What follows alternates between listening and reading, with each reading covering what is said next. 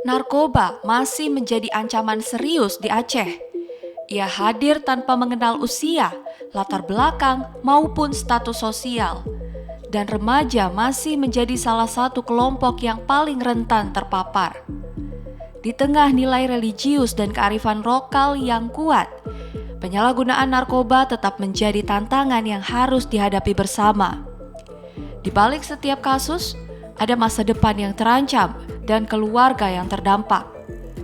Permasalahan narkoba juga tentang proses panjang dengan pendekatan secara menyeluruh untuk memulihkan mereka yang terlanjur terjerat, membangun kembali kepercayaan diri, serta mempersiapkan mereka kembali ke tengah masyarakat. Setiap generasi yang terselamatkan adalah harapan yang kembali ditegakkan, dan setiap individu yang pulih adalah bukti bahwa masa depan masih bisa diperjuangkan.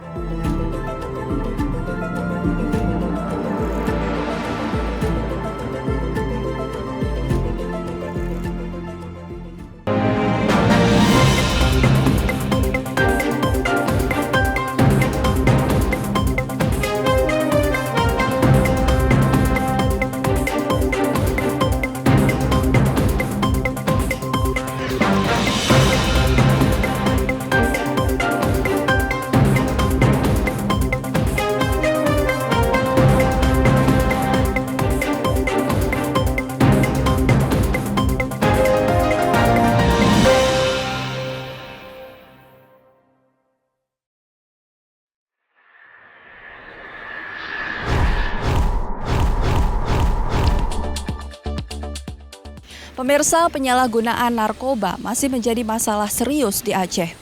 Peredarannya tak hanya merambah ke kota besar, tetapi juga menyasar ke lingkungan masyarakat hingga generasi muda. Berbagai upaya penindakan serta pencegahan terus dilakukan, namun jaringan narkotika terus bergerak dengan pola yang semakin kompleks. Menurut Kepala BNN Provinsi Aceh, Aceh masih menjadi salah satu wilayah strategis dalam jaringan narkotika, termasuk sebagai daerah transit ekstasi sebelum diedarkan ke wilayah lain di Indonesia. Saya akan mengajak Anda menelisik lebih jauh narkoba ancaman nyata generasi Aceh dalam lensa publik.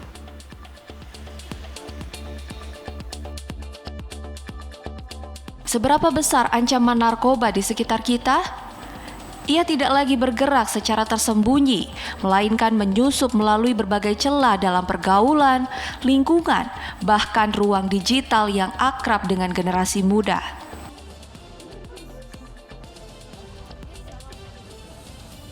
Lantas sejauh mana pengetahuan remaja tentang bahaya narkoba? Apakah mereka benar-benar paham dampak kesehatan, risiko hukum, dan konsekuensi sosial yang mengintai? Pertanyaan ini menjadi penting karena di tengah derasnya arus informasi, kesadaran dan literasi tentang bahaya narkoba adalah benteng pertama untuk melindungi masa depan generasi muda.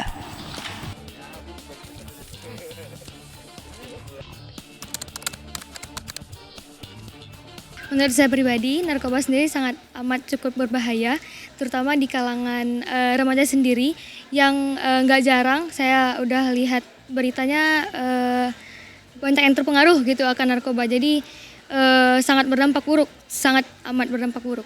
Kalau menurut saya bahaya narkoba itu mungkin saya lebih lihat ke sisi ilmiahnya ya. Karena kan setahu saya narkoba itu dia bisa merusak sel-sel yang ada pada tubuh kita. Jadi mungkin terutama bagi saya kalangan remaja ya lebih ke terganggu ke masa depan kita. Kayak nanti cara berpikir kita, cara kita bersosial. Karena itu kan mempengaruhi diri kita. Apalagi katanya bisa bikin kecanduan dan ketergantungan. Sehingga itu bisa membuat kalau misalnya karena anak muda mikirnya ke masa depan sih. Kalau misalnya narkoba itu bisa bikin kita ketergantungan, terus nanti bisa bikin sel-sel di tubuh kita juga rusak. Jadinya masa depan kita itu pasti terganggu kali. Bagi saya narkoba terhadap anak SMA itu sangat berbahaya karena itu dapat mengganggu sistem otak, sistem pendidikan anak dan juga nanti masa depannya akan terganggu. Jangan sampai cita-cita kita berhenti karena narkoba tersebut. Dari pertemanan sih Kak, misalnya kayak lebih ke berhati-hati dalam menjaga dalam bergaul lebih berhati-hati, lebih memilih-milih teman. Maksudnya dalam arti milih-milih itu ya hal-hal yang positif, karena Rata-rata sih kalau misalnya untuk remaja SMA Aceh, kalau di kalangan saya alhamdulillah belum terlalu, nggak tahu ya, kalau di pertemanan saya itu belum terlalu banyak gitu, belum terlalu marak. Tapi kalau misalnya yang cowok mungkin kayak di berita-berita saya baca itu banyak, tapi untuk kalangan saya belum. Pergaulan sekarang yang saya lihat sangat bebas gitu, apalagi di kota-kota besar, mungkin kaum remaja akan mudah terpengaruh, apalagi kalau misalnya udah lihat ada yang pakai narkoba ataupun merasa kalau misalnya pakai narkoba itu agak bebas lah istilahnya. Jadi mungkin kaum remaja mudah terpengaruh. Kalau misalnya dari saya palingan kalau misalnya saya tuh jaga diri aja, bikin prinsip untuk hidup saya sendiri biar arah hidupnya tuh tetap terjalan dan juga tetap di kawasan dan lingkungan pertemanan yang benar. Kita jangan mengikuti teman yang sudah memakai narkoba, dan kita jangan penasaran kali sama narkoba tersebut. Kita harus menghindarinya, jangan keluar agar larut malam, dan kita jangan mengikuti teman-teman kita yang sudah memakainya. Sepanjang tahun 2025 saja terungkap 1.130 kasus narkotika di Aceh. Angka tersebut meningkat 1,62% dibandingkan tahun 2024. Begitu pula dengan barang bukti. Badan Narkotika Nasional Provinsi Aceh menyita barang bukti berupa sabu seberat 205 kg lebih yang menjadi sitaan terbanyak dari seluruh BNNP di Indonesia sepanjang 2025. Kepala BNNP Aceh menyatakan saat ini modus operandi peredaran narkoba terus berkembang dan munculnya narkotika jenis baru atau new psychoactive substances hingga jaringan kejahatan yang semakin terorganisir dan adaptif. Ini namanya Lady Pink. Maka dari itu, dalam membentuk benteng pertahanan diri dari narkoba menjadi tanggung jawab semua orang. Begitu pula dalam memberikan kesempatan kedua bagi mereka yang terlanjur terjerumus. Namun, ada stigma yang mengintai sebagai sanksi sosial.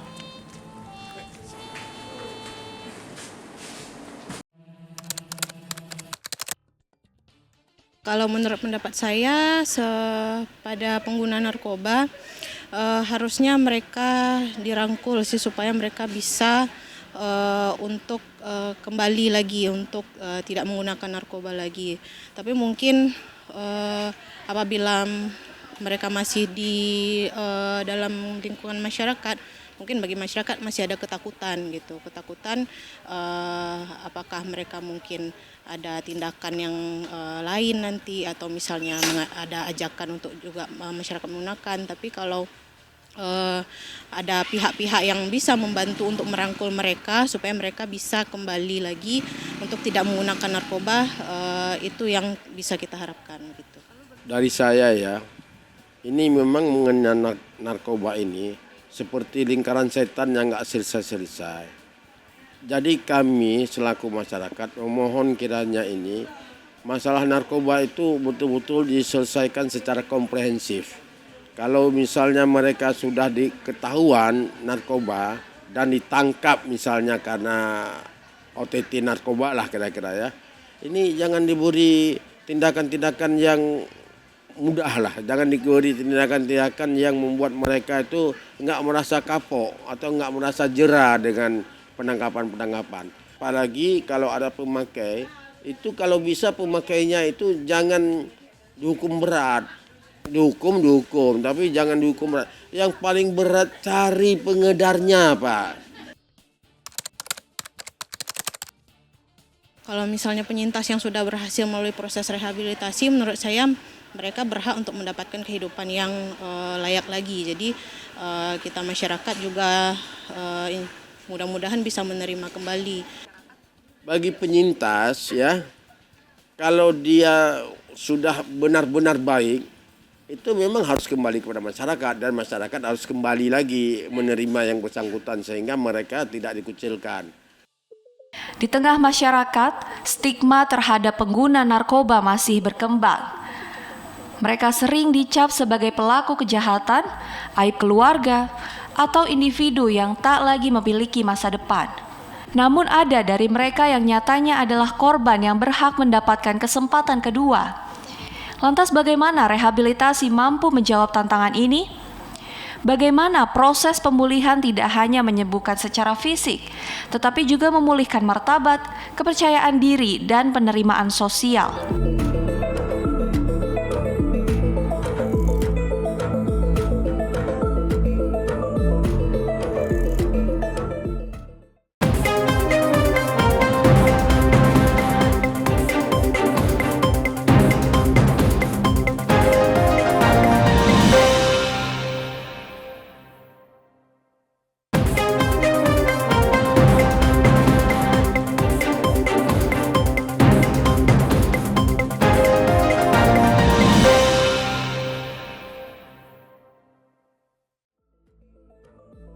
Rumah rehabilitasi memegang peran krusial dalam mata rantai penanganan narkoba sebagai tempat pemulihan dan ruang aman untuk memulai kembali kehidupan. Seakan menjadi jembatan antara masa lalu yang kelam dan masa depan yang ingin diperbaiki. Dengan dukungan tenaga profesional, keluarga, dan masyarakat, keberadaan rumah rehabilitasi membuktikan bahwa setiap individu berhak atas kesempatan kedua dan bahwa pemulihan juga menjadi hal yang layak diperjuangkan bersama.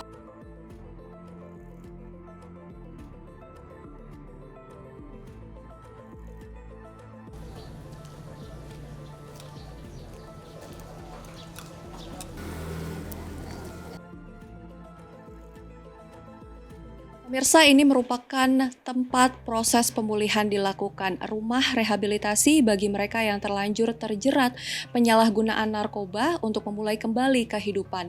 Lalu seperti apa proses pemulihan dilakukan dan metode apa saja yang diterapkan dan bagaimana para peserta dipersiapkan untuk kembali memulai kehidupan di tengah masyarakat. Dan untuk membahasnya, saat ini saya sudah bersama dengan Program Manajer Yayasan Pusat Rehabilitasi Narkoba Al-Fatah, Mashkur. Selamat siang Pak Mashkur. Pak, bagaimana proses awal ketika seseorang masuk ke rumah rehabilitasi dan apa saja tahapan yang untuk proses yang pertama untuk masuk ke rehabilitasi, keluarga melapor dulu ke kita bahwasanya anaknya bermasalah dengan kecanduan narkoba. Tapi ketika nanti anaknya diantar ke yayasan kita, yang pertama yang kita lakukan di sini adalah screening. Untuk apa kita lakukan screening? Screening itu untuk menilai si klien layak atau tidaknya untuk masuk program rehabilitasi. Nah, di situ di screening itu wawancara antara petugas dan si klien. Di situ menentukan skor apakah si klien berhak untuk rawat jalan atau berhak untuk harus dilakukan rawat inap. Nah, ketika skornya 4 ataupun sampai 26, itu si klien memang kita lakukan intervensi singkat, boleh untuk rawat jalan. Tetapi ketika skornya sudah mencapai 27 ke atas, itu harus dilakukan rawat inap.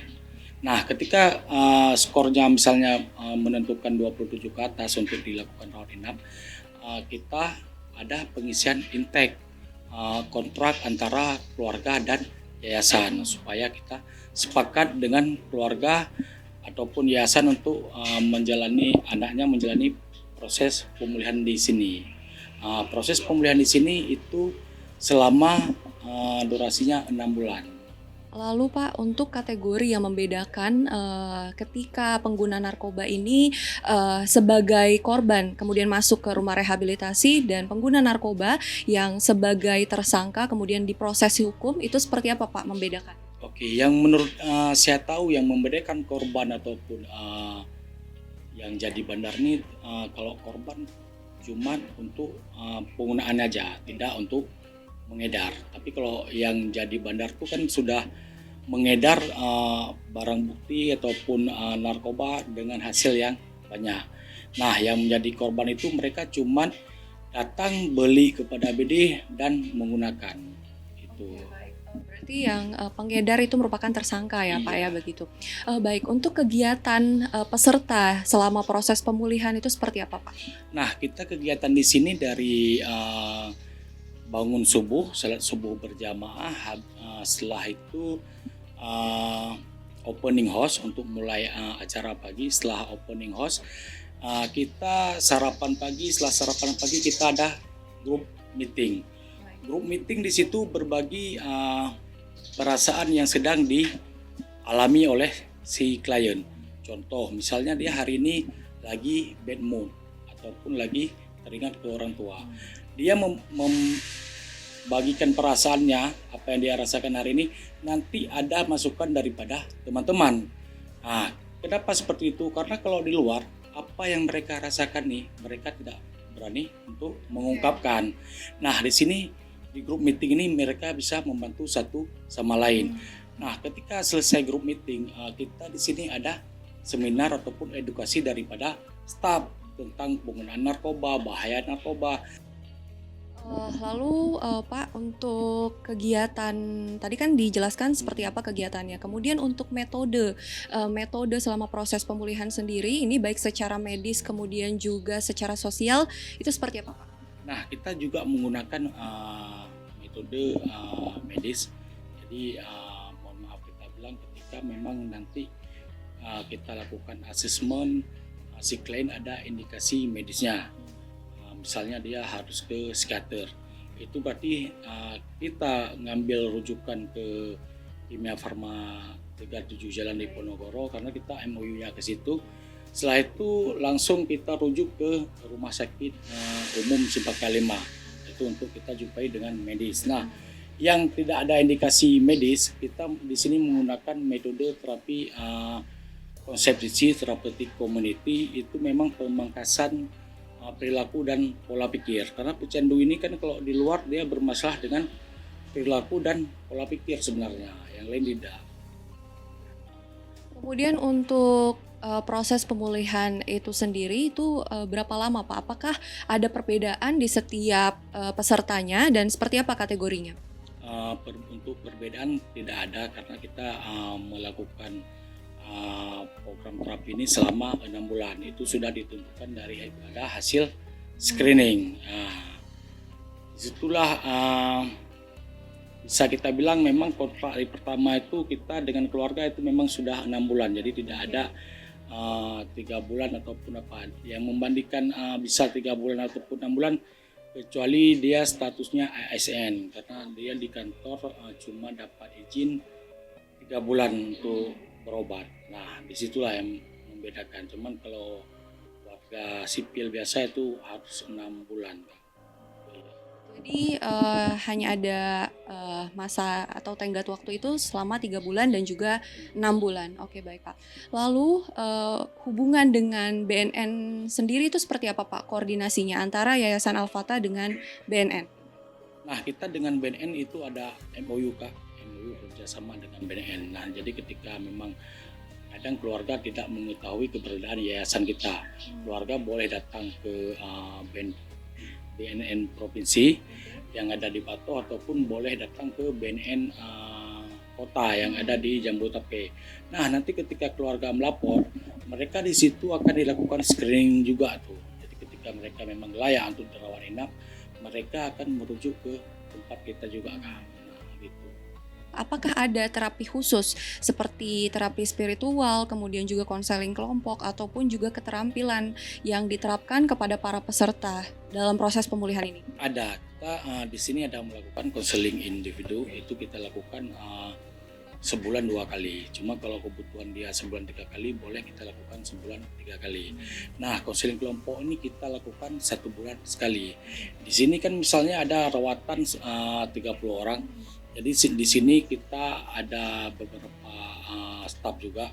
Jadi staf ini nanti mendampingi si klien yang lagi rawatan di sini. Nah, jadi per konselor itu bisa megang 5 klien ataupun 6 klien. Nah, nanti di bulan Februari misalnya, si konselor ini wajib harus melakukan konseling kelompok kepada anak statiknya. Nah, kalau untuk terapi spiritual kita di sini ada juga ustadz yang datang setiap hari Kamis macam lah. Terima Terima kasih atas waktunya Pak Mashkur. Sekarang boleh saya izin lihat-lihat kegiatan para peserta di dalam, boleh? Baik.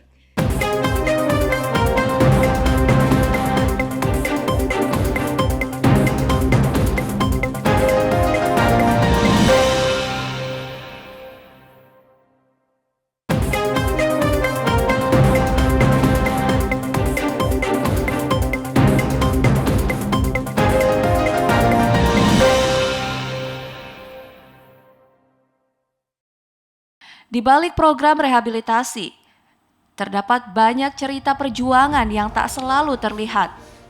Pemulihan dari narkoba menjadi perjalanan panjang untuk memulihkan diri dan membangun kembali kepercayaan. Namun tantangan tidak berhenti saat proses rehabilitasi selesai.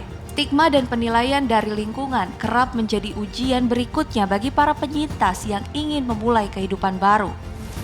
Salah satunya Dedi Ardiansyah, penyintas narkoba yang kini aktif sebagai house manager di Yayasan Pusat Rehabilitasi Narkoba Al-Fatah. Dedi berbagi cerita bersama tim Lensa Publik tentang bagaimana tantangan yang ia hadapi ketika akhirnya dipaksa keluarga untuk menjalani rehabilitasi beberapa tahun silam. Awalnya kita semua keinginan keluarga, bukan kemauan sendiri. Yang pertama kita dilakukan jemputan paksa oleh pihak lembaga rehabilitasi. Prosesnya pertama kita tuh dibawa ke rumah sakit untuk dicek urin dulu, terus masuk ke ruang detoksifikasi. Sebelum saya kan tidak tahu ini apa dan ini tempat apa, saya memang tidak tahu apa-apa. Ya, untuk saya sendiri di saat saya pertama masuk di ruang detoksifikasi tersebut, saya emang badan terasa kayak rasa sakau, tapi itu bukan sakau, tapi lebih ke meriang kita, panas, dingin. Tapi semua itu harus kita lawan, karena itu keinginan kita. Kalau kita yakin untuk perubahan ini, maka hal tersebut yakin juga akan semua untuk pemutusan zat dalam diri kita. Untuk selama saya menjalani rehabilitasi itu, proses paling berkesan itu di morning meeting ya. Di situ kita sama-sama pecandu narkoba lebih tahu isi perasaan kita. Di situ kita lebih dapat untuk mengungkapkan perasaan kita sesama pecandu narkoba. Untuk motivasinya, yang pertama saya menjalani yang pertama saya pikirkan adalah keluarga. Motivasi saya dengan umur yang sudah lebih dari 30, apalagi yang saya cari. Untuk support keluarga sangat penting. Yang pertama itu ketika kita proses rehabilitasi ini, yang pertama itu adalah support keluarga. Karena pendukung kita itu adalah keluarga. Kalau orang dari masyarakat belum tentu mendukung sepenuhnya apa keinginan perubahan kita. Tapi kalau keluarga sudah menentukan perubahan kita, makanya di saat saya masuk proses rehabilitasi yang saya cari itu keluarga. Karena tempat saya mengadu, tempat saya apapun itu ada di keluarga, bukan di masyarakat. Setelah saya mendapatkan support keluarga, baru saya mencari kepercayaan dari lingkungan masyarakat yang lain. Mungkin sangat banyak godaan-godaan tersebut, jangankan dari kita masuk di rehab, setelah kita keluar dari rehab pun kita nggak perlu mencari mereka, tapi mereka yang mencari kita. Di saat itu godaan-godaan yang dari teman-teman ini sangat-sangat kuat, dan keinginan kita pun kuat. Dan apa yang membuat kita supaya tidak kita terjerumus itu ada dalam diri kita. Apa komitmen dalam diri kita agar kita tidak menggunakan lagi. Ya, untuk respon masyarakat sendiri, yang pertama ya mungkin kita setelah keluar dari rumah rehabilitasi ini, untuk stigmanya ya sangat kuat ya. Jangankan dari masyarakat, bahkan dari keluarga kita sendiri pun belum percaya sama kita. Ketika kita kembali ke rumah. Sudah pulih sekarang pun tetap terus berjalan stigma tersebut. Tapi dengan keyakinan kita tunjukkan bahwa kita sebagai pecandu bisa berhenti narkoba. Berarti teman-teman lain juga bisa menilai kita ini bukan pecandu lagi. Sehingga saat ini yang saya terima itu adalah budi baik dari mereka yang saling terus support untuk pemulihan saya sendiri. Jadi motivasi saya untuk para masyarakat lebih baik stop stigma, cari tahu dulu kebenarannya. Perilaku apa yang membuat kampung tersebut mengganggu gara-gara si pecandu narkoba tersebut. Lebih baik jangan menggunakan dan lebih baik tidak mengenal narkoba tersebut, karena ketika kita sudah mengenal, rasa keinginan kita untuk memakai itu kuat dan rasa untuk berhenti itu pun capek rasanya, dan banyak perlawanan yang kita hadapi dalam diri kita sendiri. Dedi menjadi satu dari sekian banyak penyintas yang membuktikan bahkan kesempatan untuk pulih selalu ada. Namun perjuangan melawan narkoba tidak berakhir ketika seseorang meninggalkan fasilitas rehabilitasi. Pasca rehabilitasi kerap menjadi tahap paling krusial dan penuh tantangan. Di tengah lingkungan yang belum sepenuhnya steril dari peredaran gelap, godaan dan penawaran barang terlarang itu dapat kembali muncul, baik melalui jejaring pergaulan lama maupun tekanan sosial yang sulit dihindari. Kondisi ini menuntut keteguhan sikap, konsistensi komitmen, serta dukungan berkelanjutan dari keluarga dan masyarakat.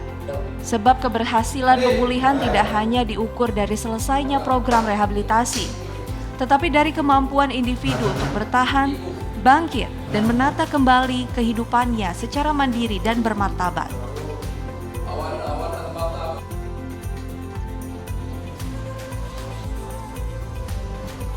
Pemulihan memang bukan perjalanan yang mudah, namun dari rumah rehabilitasi inilah harapan itu tumbuh.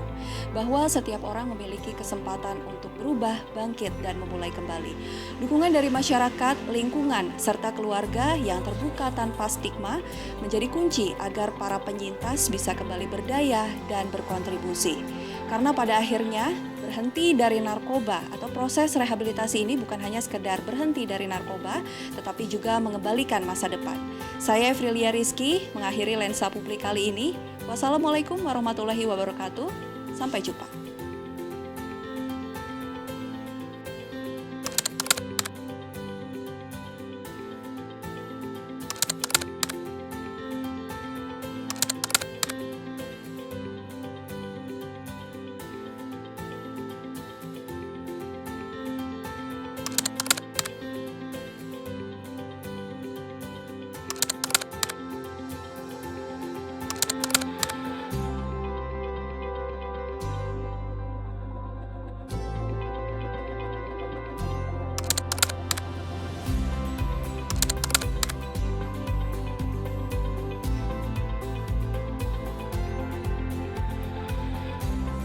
Terpilih saya pada pagi hari ini pun karena saya semakin bersemangat menjalani program pemulihan saya, dan untuk kesehatan saya, alhamdulillah saya sehat.